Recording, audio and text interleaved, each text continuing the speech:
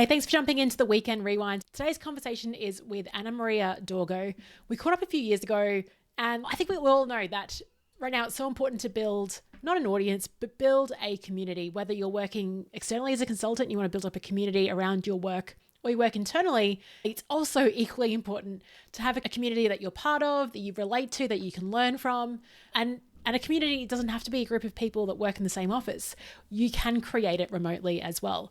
So I'll share a bit more about Anamaria in the official introduction, but this is a really important conversation to be having. And I guess the key point for me for this conversation is around lurkers, around how lurkers are actually a key part of a community and how we always try to think about engagement and being active.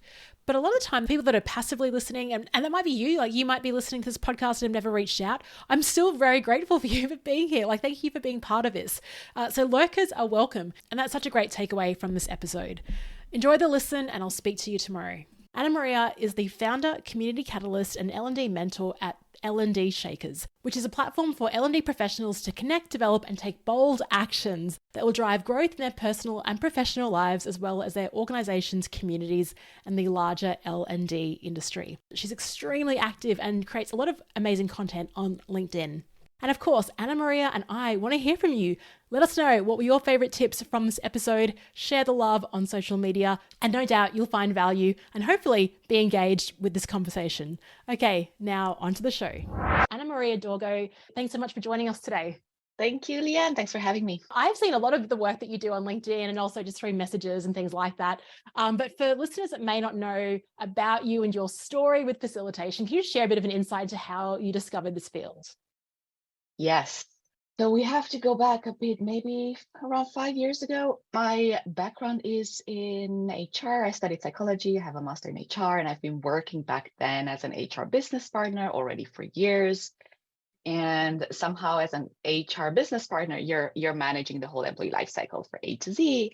And learning, development, training was always a tiny part of that. So I was already delivering trainings, and they weren't very facilitator. So they were really like proper training where you're delivering the junk information, you have some activities, etc. But the shift for me, like, I think it changed maybe before I actually joined and started community building. I can't recall if it was your podcast or Miriam podcast. I discovered your both podcasts about the same time. And then I started listening. I thought, oh, there's this thing that's called facilitation. It sounds like it's similar to training, but it's not quite. So what is it? And I started reading and exploring and taking courses and so on, and infusing my trainings with facilitation tactics or methods. And then surely enough, I started just slowly replacing trainings whenever I could with small workshops, especially for leadership, soft skills, communication. And I was just amazed by the quality of conversations that were starting to happen, and also the feedbacks for those sessions were just amazing compared to the trainings, and people were like just so into it. And I thought, hey, this is like the world best kept secret. The best it is. And it's funny you mentioned the word facilitation, because it's still not really loose in terms of the definition and what it is. But I think described it really beautifully in terms of like not even the graduation, but the shift over to using more facilitative methods in that. Can you share, like, why do you think you were getting that response from your sessions? Like, why were they just like the feedback was so different to the training? What do you think is happening there? Yeah. So usually in training, it depends on the design. Of course, there are trainings that are beautifully designed with the learner in mind and with a human-centered approach to the whole design process. But back then, the trainings that I was delivering were not like that. So for me, it almost felt like I'm in the driver's seat, of course, as the trainer, and then somehow the learners, how we call them, they were somewhere in the back seat and they weren't really involved. So you had the activities, but everything was just very scripted at like, it felt like a steam, like now you have to do this, and then we debrief a bit and see what you learned. Whereas with facilitation, I think it flipped, and they felt that they were taking the spotlight, actually, because you put in the question out there, and if it's designed properly, the design itself, it's supporting the conversation, the small groups, the vulnerability, the bravery, the questions you're crafting. So suddenly I think they were immersed, and probably it felt that it was truly about themselves. So the feedback I was hearing was always, it's so interesting to hear other people's perspectives. I thought that I was the only one dealing with such and such challenge. It was so cool to hear how others are tackling things and what they do. And I took so much away. So it was this almost like a buzz, like an energy after workshops that wasn't in the room after trainings. Yeah. I love that you use the word buzz in that, like that sort of humming type of tone. And I think Yeah. we've got very similar paths into this, because I remember I kind of share on previous episodes, like my run sheet when I was a trainer was 11:11 to 11:12, share this. It was like so scripted. When And now I you just see my run sheets, started, it it's was kind like of, that. yeah, yeah. I don't know. Like I felt, but that I needed that to even be confident to even show up to a workshop, Mm. knowing that I had this precision. And it's really interesting now, like what you're saying, the group learning from each other. And I love that metaphor of the drive, the back seat. I totally hear that. In that we now can be a bit more we're a bit more lazier in our approach, but we're getting better outcomes, which is so counterintuitive yet awesome. Yes, exactly. It got me thinking when you said about the training. I wonder if I wouldn't have been training before, how much more difficult would have been to pick up some of the facilitation skills. Mm. Because even now I'm facilitating already for years and I'm still learning. And sometimes I still struggle, and sometimes I still find myself in a situation with a group and I'm like, what do I do now? So it's like a very long journey, I guess, or it was like this for me. And then I had at least the opportunity to work with groups before. So I wonder if I wouldn't have trained, how would I have landed? Like, how would I have landed in this whole Yeah, facilitation I world? don't Just know. I reckon I still would have come in as a control freak. I was like, I just don't know. I mean, it's a very interesting question. If anyone listening would love to let Anamaria and I know on LinkedIn what you think about that question. I'd love to know people who've actually just jumped into facilitation in terms of like strategy process or things like that versus having that kind of step, like the schooling of training as well. Now, are most of your sessions virtual, or do you run in person too? Like, Mm. how's it working for you? Very much virtual, I have to say. Just the other day, I was chatting with someone. I was like, oh, I think I would be so nervous if someone would suddenly invite me to host something offline. I was like, oh, sticky notes, and then you have pens, and you use the walls, and you move in the room. Mainly virtual now for the past almost ever since the pandemic started. I haven't delivered anything offline. Yeah, okay. It is a very different feeling. It's even just packing my Mm, suitcase for the first time last year and going to a workshop was like really interesting. Now, with the virtual work that you do, I feel kind of bad. We're on Zoom now, but you work for Butter, mm, so yes. kind of forcing you onto a competitor's platform. But Anna-Maria, like your thought leadership on LinkedIn is all about building a community. So I'm curious if Mm, you got any sort of tips, people, for facilitators or any kind of thought leader or someone listening in that wants to really build that sense of connection with group members. Like, how have you pursued that? What are you reading? Like, what are you experiencing? yes.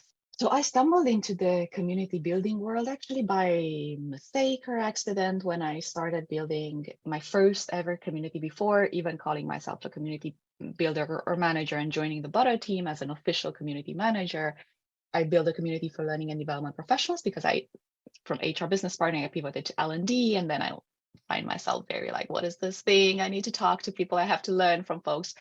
And for me, usually community, it started like that. It started with this need to get together with like-minded people and learn from them, have access to their brains and have them have access to my brain. And I took so much out of it.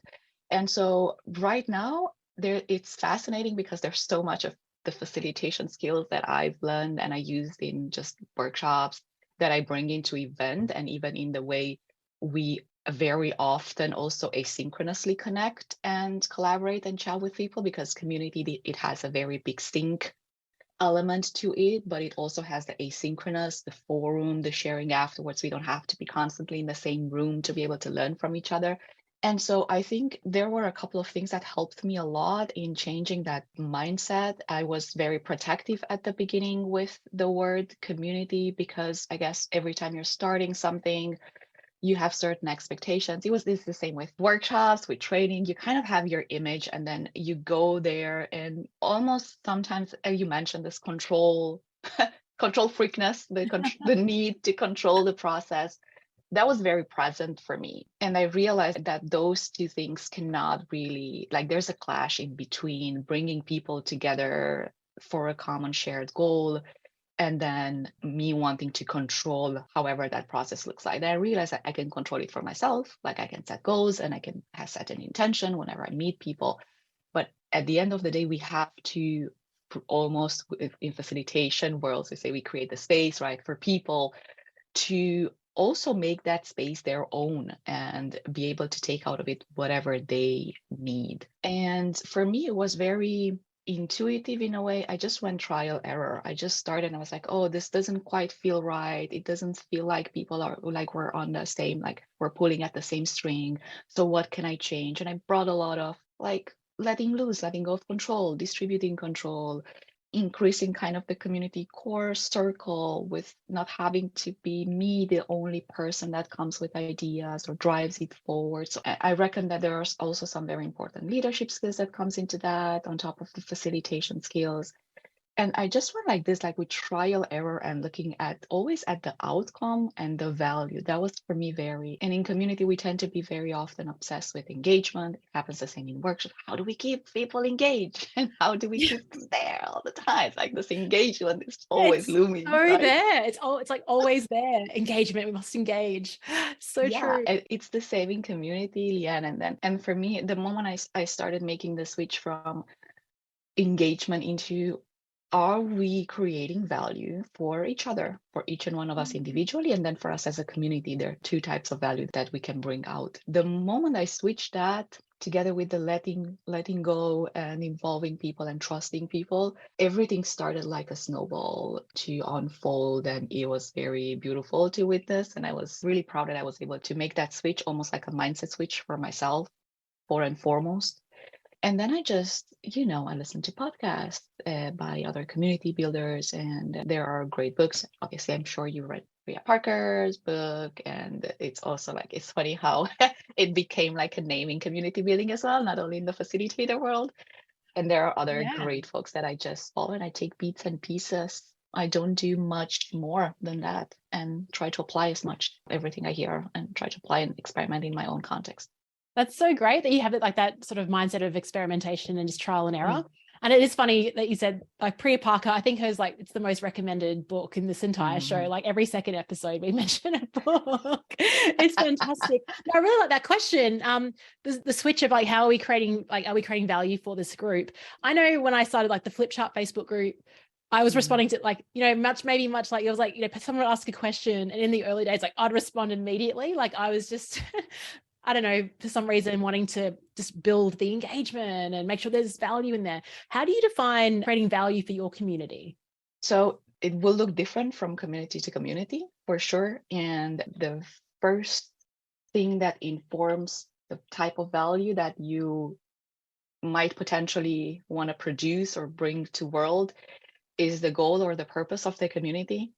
So I always tell people, start there. Why did you start at this group or this community? There was a reason for that. And for me, for L&D Shakers, the reason was for L&D professionals to be able to learn from each other. So it made a lot of sense for that value to come in the form of different knowledge sharing events, different conversation formats, whether synchronous, we experimented with async formats of sharing, community takeovers, beats and pieces. So we experimenting with all that sharing part, and the purpose informs that. And after you start, usually really small, I will tell people start small, don't sit there to make a big plan, because the moment you're going to put something into the community, if you're open to feedback, people will share feedback, the community will talk back to you, you will know if you're on the right path, if you're on the wrong path, you will pivot together, you don't need to have all the answers, you can just ask folks, was this useful? Yes, no. Do we do this again? Yes, no. People will tell you if it's not useful. So, and then the second point, data point for value, is exactly the feedback that we get. And that might come in from one-to-one conversations. You might work with surveys. I ask people, what makes your time here worthwhile? Like you've joined, what would make you come back to this space once a week or once a month? What would you like to find here? And then people will tell you, I want to network, I want to learn. It's usually very similar. But then we're in L&D, so I was like, we went into let's create coaching opportunities. We're launching a mentoring program, which is valuable for people. on the flip side, the same with the butter community. We have a lot of consultants and freelance facilitators and trainers. So what do they need? They have some similar needs, but they have different needs.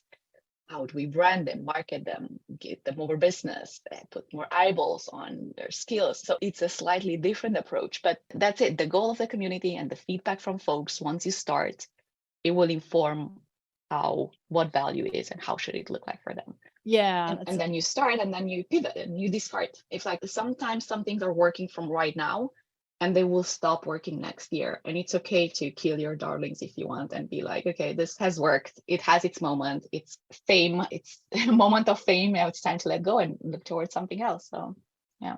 Yeah, I love it. The process you talk about is like, it's like community agnostic. It work across any, it depends on what the value is. And the fact that, because sometimes also like I'll get caught in my own head and thinking, I've got to solve this. And why aren't people engaging the E word again? And you're right, like just ask, just get out of your own head and people will tell you if you've created that. So, it's such a simple, people often ask me like, how do I know what my market needs? Like ask them, like that's the best way. Yeah. Also engagement looks different. Like in the both communities that I am actively part of, there are weeks and sometimes days it's buzzing. People are there. There's lots of questions and answers and conversations and fun.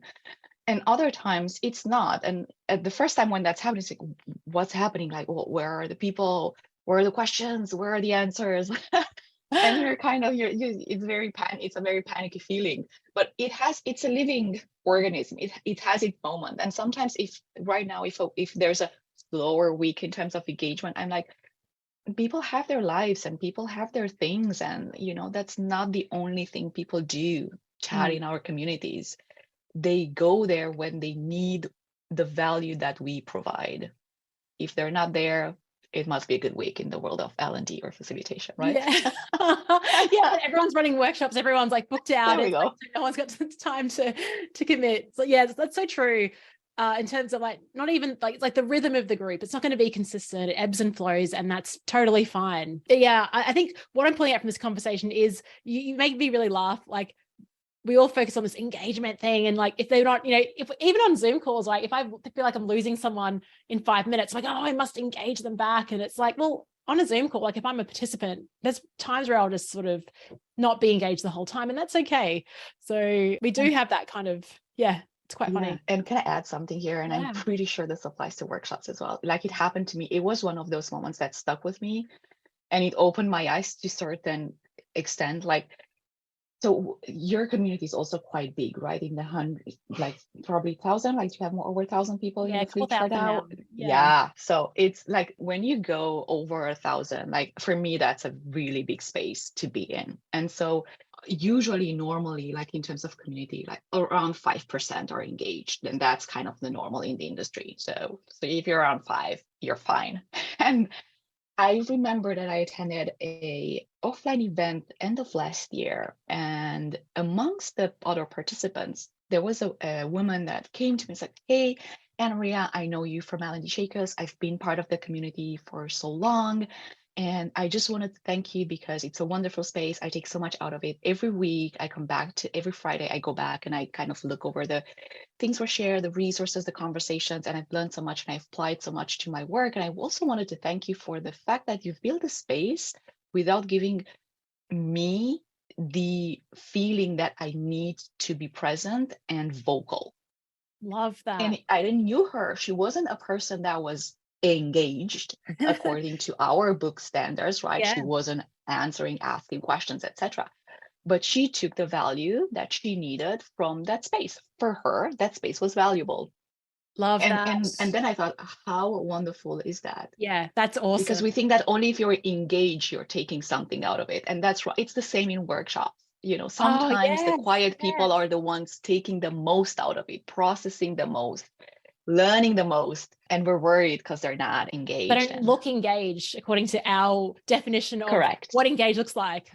Yeah, such a great conversation. I'm going to take a little pivot here, just talking about so what I'm thinking about is people that lurk on LinkedIn. So it's really funny. Like I might have someone random that's they might be a client and well, they're not a client yet, but they message me on LinkedIn saying, I've been following your content for years. And I'm like, oh, who is this person? They've never engaged once in my content. Now, the reason I bring that up is because you are so alive and you've got great energy and great content that's coming out on LinkedIn. So congratulations on building your brand and your thought leadership on there. I know I've got friends, colleagues that want to do something similar to what you've created on that platform. How did you do it? What are you up to? Man, I have so many conversations, especially with friends, not just with strangers, but with friends. I'm constantly like, hey, why are you not using this platform for what it's meant to be used for, which is shining a light on what you know and what you don't know as well. So for me, the whole LinkedIn sharing and learning and connecting started quite late. It started just 4.5 years ago. I was present on there because I was working in HR and I was using LinkedIn to recruit people. That was it. I was connecting with them. I was inviting them to interviews. That was that. And then the moment I pivoted from HR to L&D and I moved to the Netherlands, I started to spend more time on LinkedIn. And for me, everything started with this need to share what I was learning. My job previously was very demanding. I was working every day, nonstop, traveling a lot. So there wasn't much time to learn. Now, when I moved here and I got a job from 9 to 6, and I was like, suddenly I had the afternoons for me and the weekends, and I could start taking courses and attend workshops. And it was this hunger to learn and get out there. And then every single time, all the pictures, the takeaways, I was taking notes and putting them on LinkedIn. No one was engaging. I had a really low following, but I realized that I didn't do it for the sharing. It was almost like, and I loved going back to my feed and be like, oh, last month I learned about this thing and here are the pictures. It almost became like a bit of a learning journal, if you want, for myself, uploading that there. And then suddenly, and the moment people start engaging and be like, well, that's actually really interesting. What kind of course is that? What kind of method is that? That really drove my motivation to share more because I realized that it was useful to someone. And for me, that's even now a very good rule of I don't post every day. I'm not like, I don't want to put a weight on my shoulder, and just whenever I have something to share, which I think might be useful to people following me, I put it out there and see what happens. And shortly enough, very often people are like, hey, I like this. This is useful. Thanks for sharing. And communities, like for me, being an active part of communities was a crucial role. Like everyone that enters the communities or attends, very often I share my LinkedIn, I ask them about theirs. Let's connect beyond this event. Let's connect beyond this conference. Let's connect beyond this coffee chat. I want to follow your work. I want to be inspired. Maybe you find something in my work. So that's kind of how I grew my following constantly. No matter where I met people in real life or in my communities, I constantly brought them there in order to keep connection asynchronous afterwards. And that's it. There's not a lot of strategy around that, to be honest. Just, I absolutely love, and I learned so much from LinkedIn. Like I truly curate my feed. Yes. I have notifications for the people whose work I truly value. Like it became such an important learning tool for me, and I take so much out of it that I apply to my work. Yeah, just content, great articles, things like that. I love it. When I was over in California, I was at this talent development conference, and Jess Elmy, I'll give her a shout out. She gave us a cool acronym. TILT stands for Things I Learned Today. And I'm just thinking of your story. And also Alan Weiss, who I was asking him, like, how do you put out all this content? Like, he puts out just a ton of content every single day. And he goes, I just write for myself. And I think it sounds like when you merge those two things, like keeping that sort of learning out loud record of what you're covering, it's pretty powerful. We speak about, like, we are just jumping around here because I've like, there's so many cool topics I want to ask. But prior to recording, we talked briefly, which is ironic, about the topic of brevity and keeping things succinct.